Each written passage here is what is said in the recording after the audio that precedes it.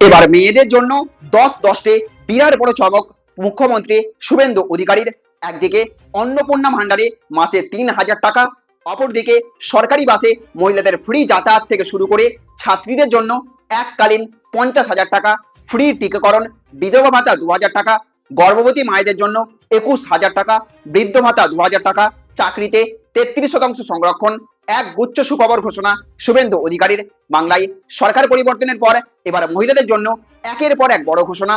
তো কারা কারা পাবেন এতগুলো সুবিধা, কবে থেকে পাবেন, প্রত্যেকটি প্রকল্পে কিভাবে আবেদন করতে হবে, আবেদন করার জন্য কি কি যোগ্যতা বা ডকুমেন্ট লাগবে, আজকের এই ভিডিওতে পুরো প্রক্রিয়া সহজ ভাষায় বিস্তারিতভাবে আপনাদেরকে জানিয়ে দেব। তাই ভিডিওটা শেষ পর্যন্ত অবশ্যই দেখবেন। আর ভিডিওটি ভালো লাগলে লাইক করবেন, বন্ধুদের সাথে শেয়ার করবেন। আর চ্যানেলে আপনি যদি নতুন হয়ে থাকেন অবশ্যই আমাদের channel tech sharing online subscribe করে রাখবেন। তো বন্ধুরা, পশ্চিমবঙ্গে নতুন বিজেপি সরকার ক্ষমতায় আসার আগেই মহিলাদের জন্য একাধিক প্রতিশ্রুতি দিয়েছিল। আর এইবার সরকার গঠনের পর ধীরে ধীরে সেই প্রতিশ্রুতিগুলো বাস্তবায়নের দিকেই এগোচ্ছে প্রশাসন।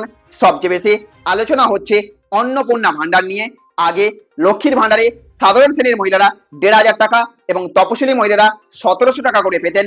আর এইবার বিজেপি সরকার জানিয়েছে অন্নপূর্ণা ভান্ডারের আওতায় মাসে 3,000 টাকা করে দেওয়া হতে পারে মহিলাদের ব্যাংক অ্যাকাউন্টে দেওয়া, অর্থাৎ ভাতার পরিমাণ প্রায় দ্বিগুণ হতে চলেছে।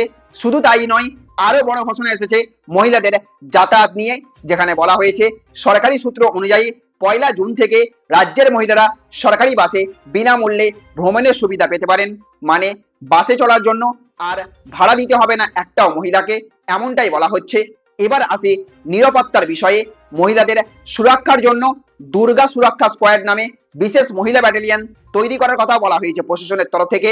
রাজনৈতিক মহলের মতে নারী নিরাপত্তা এবং ল এনফোর্সমেন্ট আরো শক্তিশালী করতেই এই উদ্যোগ নেওয়া হচ্ছে। এছাড়াও স্বাস্থ্য পরিষেবাতেও বড় ঘোষণা এসেছে।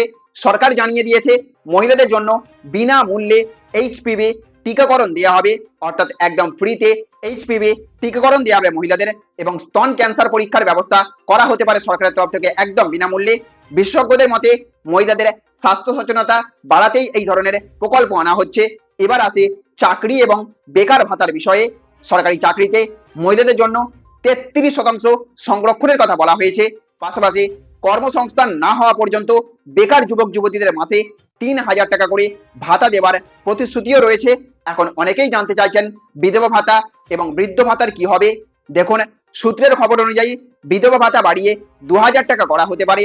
60 বছরের বেশি বয়সী মহিলাদের বৃদ্ধ ভাতাও বাড়তে পারে। অর্থাৎ সামাজিক সুরক্ষা প্রকল্পগুলোকেও আরো বড় পরিসরে নিয়ে দিতে চাইছে বিজেপির সরকার। এবার আসে প্রসূতি মহিলাদের সুবিধায়, যেখানে বলা হয়েছে, অর্থাৎ সরকার জানিয়েছে গর্ভবতী মহিলাদের এককালীন 21,000 টাকা পর্যন্ত আর্থিক সহায়তা দেওয়া হতে পারে। এতে মা এবং শিশুর স্বাস্থ্য পরিষেবা আরো ভালো হবে বলে মনে করছেন অনেকে। আর ছাত্রীরাও পাচ্ছেন বড় সুখবর।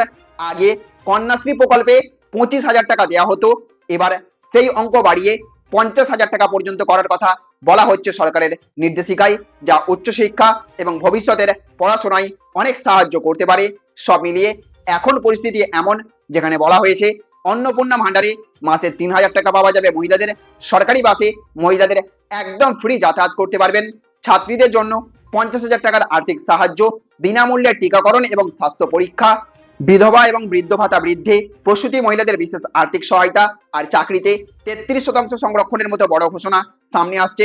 তবে এর অনেক কিছুর অফিসিয়াল গাইডলাইন এখনো পুরোপুরি প্রকাশ হয়নি। তাই আবেদন প্রক্রিয়া, যোগ্যতা এবং কবে থেকে কার্যকর হবে সেই সব বিষয়ে সরকারের পরবর্তী বিজ্ঞপ্তির দিকেই এখন আমাদের সকলের নজর থাকবে। তো বন্ধুরা, এবার আপনাদের মতামতটা খুবই গুরুত্বপূর্ণ। মহিলাদের জন্য এই ধরনের প্রকল্পগুলোকে সত্যিই সাধারণ মানুষের জীবন বদলে দিতে পারে। আর আপনার মতে সবচেয়ে গুরুত্বপূর্ণ সুবিধা কোনটা অবশ্যই কমেন্ট বক্সে লিখে জানিয়ে দেবেন। আর ভিডিওটি যদি আপনাদের ভালো লেগে থাকে তাহলে অবশ্যই লাইক করবেন, বন্ধুদের সাথে শেয়ার করে দেবেন। চ্যানেলে নতুন হয়ে থাকলে চ্যানেলটিকে সাবস্ক্রাইব করবেন। ভালো থাকবেন, সুস্থ থাকবেন। Thank you friends, thank you for watching.